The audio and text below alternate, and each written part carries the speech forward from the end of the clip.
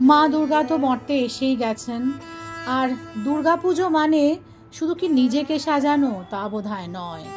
আমাদের ঘর গেরস্থালিকেও এই সময় পরিষ্কার পরিচ্ছন্ন করে চেষ্টা করি আমাদের অন্দরসজ্জাকে একটু অন্যভাবে সাজিয়ে নিতে। আর বিশেষ করে এই সময়টা, বাইরে যখন শরৎ, মা দুর্গা যখন এসেই পড়েছেন মর্তে, তখন আমরা আমাদের বাঙালি ঐতিহ্য, বাঙালি পরম্পরা, বাঙালি শিল্প সংস্কৃতিতেই থাকবার চেষ্টা করি এবং বাঙালিত্বে আমরা দিন যাপন করি। সেক্ষেত্রে আপনার অন্দরসজ্জার কোনো একটি অংশকে যদি এরকম নানান আকৃতির সরা, নানান রঙের সরা দিয়ে সাজিয়ে তুলতে পারেন, তাহলে নান্দনিকতার মোড়কে রঙিন হয়ে উঠবে আপনার ঘর। আপনার রুচিবোধ অবশ্যই প্রশংসা পাবে। আমি স্বাতী গোস্বামী বসু সরার একটি এক্সিবিশনে এসেছি আজকে। মানে সৌরভদা যে শান্তিনিকেতন ব্রেড বা শান্তিনিকেতন জাত, সেটা বলে দিতে হবে না, কাজই বলে দিচ্ছে। হ্যাঁ, মানে সরায় আলপনা কেন? মানে আমরা জানি সরা মানে হচ্ছে মা লক্ষ্মী, সেখানে একটা প্যাঁচা ঘট, কিংবা মা দুর্গা, সেখানে সরাতে এই কাজ।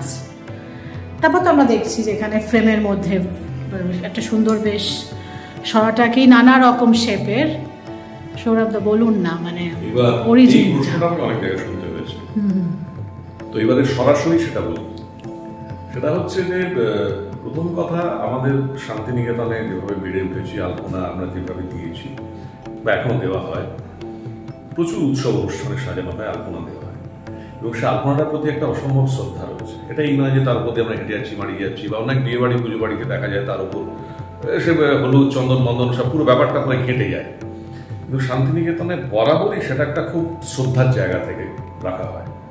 রবীন্দ্রনাথ ঠাকুরের ইনস্ট্রাকশন ছিল যে আলপনা পাড়ানো যাবে না। তো সেই সময় ছিলাম না, আমি জানি না ওনার কি ইনস্ট্রাকশন ছিল, কিন্তু উনি এতটাই গুরুত্ব দিয়েছিলেন নন্দলাল বসুকে, যেভাবে দায়িত্ব শুনেছি পড়েছি দিয়েছিলেন। নন্দলাল বসু যার জন্য তার দুই কন্যাকে নিয়ে এলেন, ডিজাইন ডিপার্টমেন্টে শুরু হলো।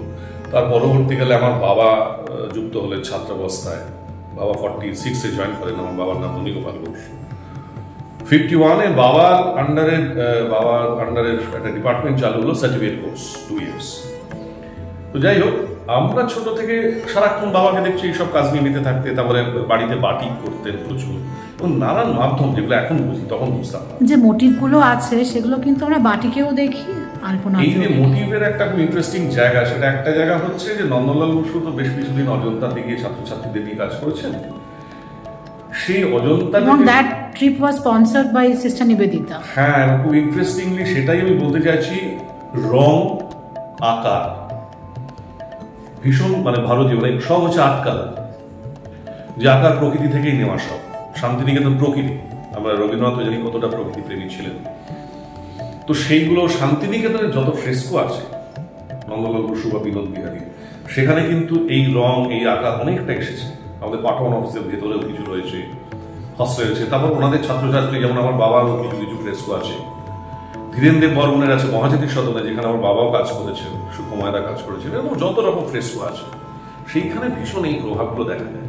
তো এটার সাথে পুরোটা যেটা কি আসছে, সে মাটিরটা, মাটির রং, আর্ট কালার যেটা বলছি।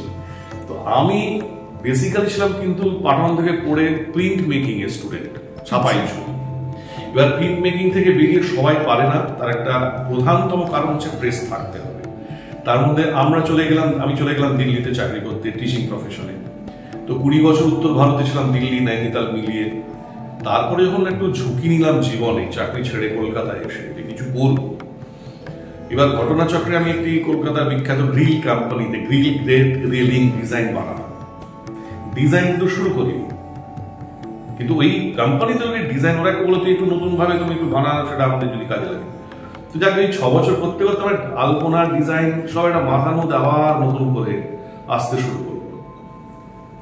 2017-তে আমার কাছে একটা আমার বন্ধুর মাধ্যমে অফার এলো যে 25শে বৈশাখের জন্য আলপনা দিতে হবে। কোথায় দিতে হবে না, জোড়াসাঁকোয়। আমার কাছে একটা খুব থ্রিলিং ব্যাপার, সেটা হচ্ছে আমার বাবা আলপনা দিয়েছেন শান্তিনিকেতনে, আমাকে ডাকা হচ্ছে জোড়াসাঁকোয়। তো সেই খুব খারাপ আলপনা দিয়েছিলাম, আমি নিজে একদম মনে করি। তো ছবি ফেসবুকে, তখন তো ফেসবুক ঢুকে গেছে, দিয়েছি বাবার ছবি, আমার ছবি ইত্যাদি দিয়ে। সাংঘাতিক আমি রেসপন্স পেয়েছি। পরিচিত অপরিচিত দুটো দিক থেকে। তখন মনে হলো যে এটা দিয়ে তো কিছু করা যেতে পারে, এবং কি কি করা যেতে পারে সেটা করতে করতে ওই মাটি সরা, আমি ভাবলাম যে কাজটা এমন ভাবে শুরু করতে হবে যাতে মধ্যবিত্ত সাধারণ মানুষের কাছে একটু সাজানোর জন্য, আর আমার বরাবরই মাথায় একটু নান্দনিকতা ব্যাপারটা করে, যেগুলো ছোট্ট ছোট্ট করে যদি ডিজাইন করি কেমন হতে পারে। সরা আমি প্রথম দেখি সরা পেন্টিং আমাদের নন্দন মেলা কলাভবনে যেটা হয়, সেখানে প্রচুর ছেলে মেয়ে বা মাস্টারমশাইরা এই সরায় পেন্টিং করে, সেগুলো বিক্রি করে। সরায় আমি কখনো আলপনা দেখিনি, হয়তো করেছেন আমার চোখে পড়েনি, কিন্তু আমি কখনো দেখিনি সেভাবে। মাটিরই তো তৈরি না, পুরোটাই মাটি। সবচেয়ে বড় যেটা, আমি শান্তিনিকেতনের মানুষ, দুটো গ্রামের লোক, তারও দুটো তো পয়সা হবে। ঠিক এই জায়গা থেকেই আমি যেমন লক্ষ্মী আঁকি না, দুর্গা আঁকি না, কারণ এটা এঁকে যারা পেট চালাচ্ছে আমি তাদেরকে বিরক্ত করতে চাইছি না। আচ্ছা, আমি একটা নিজের কিছু করি যেখানে আমি শিল্পী, আমি প্রযোজক, আমি পরিচালক। কারণ আমি কলকাতা আসার পর 2012 থেকে যে ফ্রিল্যান্সিং নিয়ে যে কাজ থেকে আমার দুটি রোজগার হয়, পেট চলে, ভয়েস নিয়ে কাজ করি যেটা দিল্লিতে করতাম, অভিনয় করি যেটা দিল্লিতেও আগে করেছি, বম্বেরও কাজ করেছি, আঁকা সেখানে কারোর সাথে করছি, আমি নিজে করছি, বিরাট স্বাধীনতা। আমি প্রত্যেকটি কাজ এখানে নতুন নতুন ডিজাইন, আমি কোনো রিপিট করি না, তাই দেখছি, এবং সবসময় নতুন রিপিটেশন নেই। হ্যাঁ, রিপিটেশন। তো আমাকে কেউ যদি বলে এই ডিজাইনটা আমি কিনবো, একজন কিনে নিয়েছে, তো আমি তখন বলি যে আমি এই ডিজাইনটাই করে দেবো, কিন্তু একটু মোটিভ পাল্টাতে হয়, পাল্টাবো নয় রং পাল্টাবো, কপি নয়। তো এইভাবে আমি কাজ করেছি। তো সেই জন্য অনেকটাই সরা, একটা মাটির জিনিস, এটা যদি খারাপ হয়ে যায় সেটা প্রকৃতিকে ক্ষতি করবে না, মিলিয়ে যাবে, ইত্যাদি ইত্যাদি। এর উপর যে রংগুলোর ব্যবহার করা হয়, এই রংটার সাথে যেমন এই যে এই রংটার সাথে আবার এই রংটা আলাদা, এই যে রং নিয়ে খেলা। আমি যেরকম কিছু আর্ট কালার, যেটা শান্তিনিকেতনের ফ্রেস্কো বা অজন্তা দিয়ে বললাম, সেরকম যেরকম আছে, আবার একটু অন্যরকম। এটা পুরোটাই না আমার একটা ঠিক রিসার্চ ওয়ার্কের মতো। শান্তিনিকেতনে শুনেছি যে ফুল থেকে রং বার করা হতো, ওই তো সবই তো আর্ট কালার, সবকিছুই আর্ট কালার বলা হয়। আমরা টেম্পারা মাস্টারমশাইরা করতেন, সেই আমরা এই রেল লাইন, বলুন না, মানে আপনি যখন শিখেছেন, যখন ছাত্র ছিলেন, হ্যাঁ সেটা একটু বলুন না। থেকে আমরা মাটি ওই রং নিয়ে আসতাম, নিয়ে সেটা এত বড় একটা গাছতলায় সেই শিলনোড়ার সেটাতে ঘষে ঘষে রং বার করা হতো।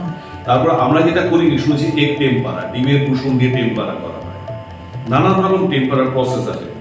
তো সেই টেকনিকগুলো তো সাংঘাতিক না, সেই টেকনিকগুলো কিন্তু ইনস্টিটিউশনে শেখানো। রবীন্দ্রনাথ ঠাকুর যে ফুলের ছবিগুলো আঁকতেন, সেগুলোর পেন্ট, সেগুলোর রং ওই এরকম ভাবে প্রচুর আর্ট কালার, এত এইসব ক্যামেল এইসব ইত্যাদি তো তৈরি হয়নি। আর যেমন বাবাদের আমি দেখেছি একটা সময় শান্তিনিকেতনের আলপনা, যেটা 26শে জানুয়ারি বা 15th আগস্ট, ফুল আর পাতা, এবং আলপনার মধ্যে প্রকৃতি ভীষণভাবে দেখবেন, আকারগুলো কত মজা। আম্রকুঞ্জের আম গাছগুলো দেখবেন, ওরকম আম গাছ খুব কম দেখতে পাবেন, অদ্ভুত একটা স্পাইরাল শেপ, যদি আম্রকুঞ্জ দেখে থাকেন।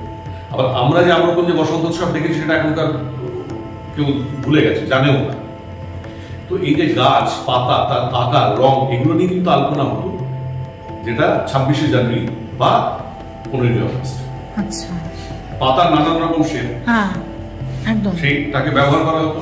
আবার ফুলের রং এবং শেপ, সেগুলোকে ব্যবহার করা হতো। প্রকৃতি থেকে নেওয়া, মানুষ তো শিখবে কোত্থেকে, প্রকৃতি হচ্ছে টিচার তাদের।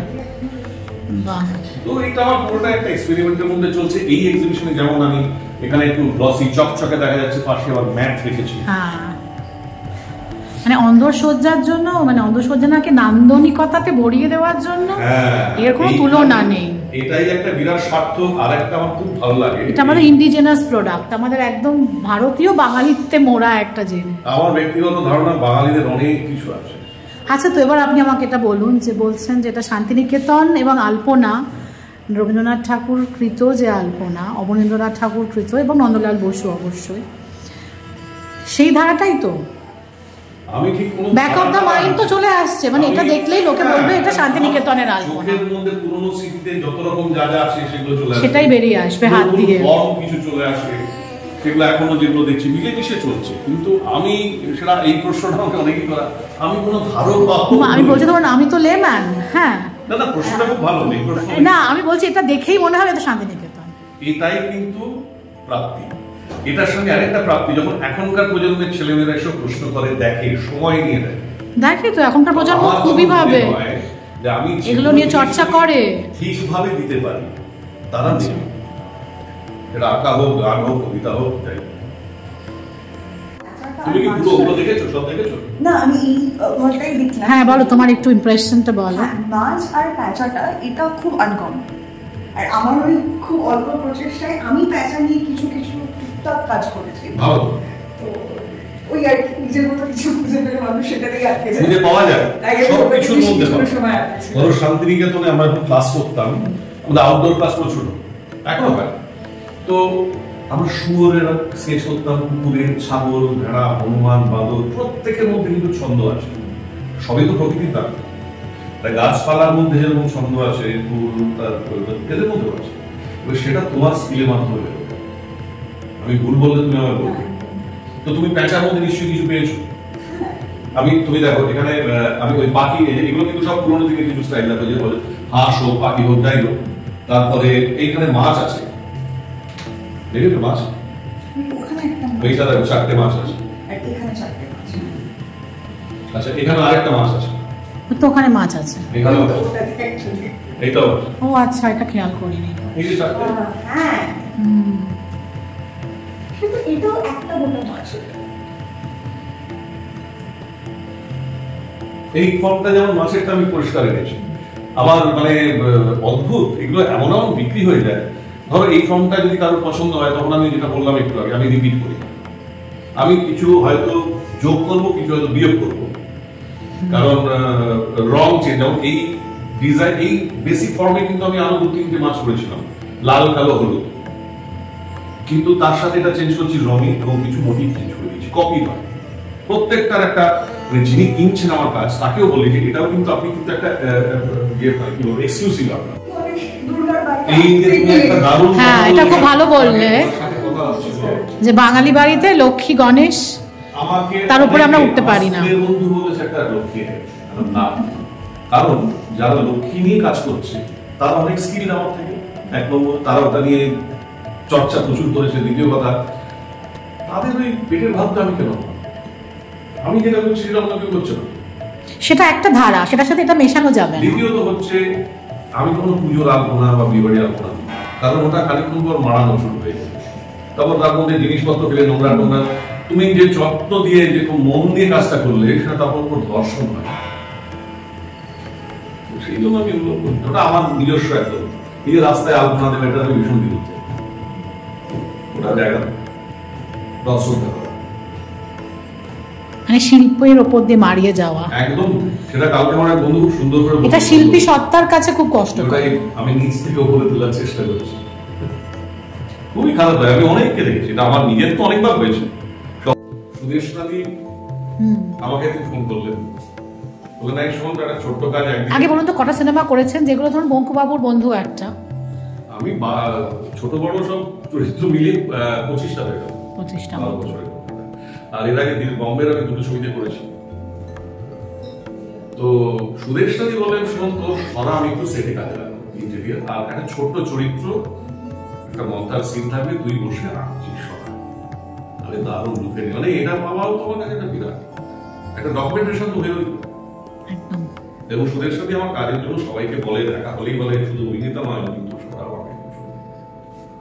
কালকে খুব সুন্দর করে বলবেন তোমার এক্সপেরিমেন্ট গুলো কিরকম ভাবছি। যেমন এই কাজটা, এই আর তার আগে একটু দেখি, এই যে প্রথমে আমি রং ছেড়ে না ব্ল্যাক এন্ড হোয়াইটও করেছি, জানো তো?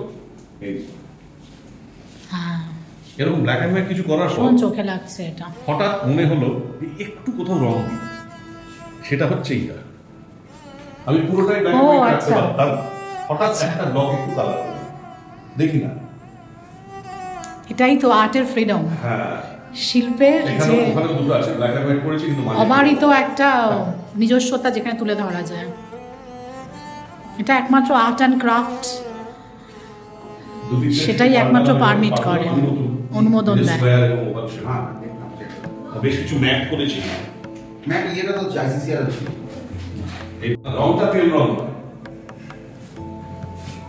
মানে ধুলো পড়লে একটু বার্নিশ করা আর কি, একটু মুছে দিলেই আবার পরিষ্কার। মেইনটেনেন্স কস্ট একদম জিরো।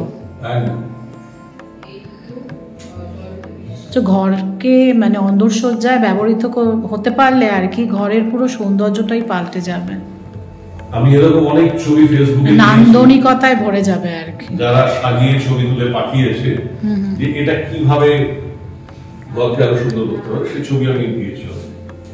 এই সব সরা আমাদের নাগালের মধ্যেই, কিনতে চলে আসুন। গ্যালারি ছবি ও ঘরে প্রদর্শনী চলবে 8ই অক্টোবর পর্যন্ত।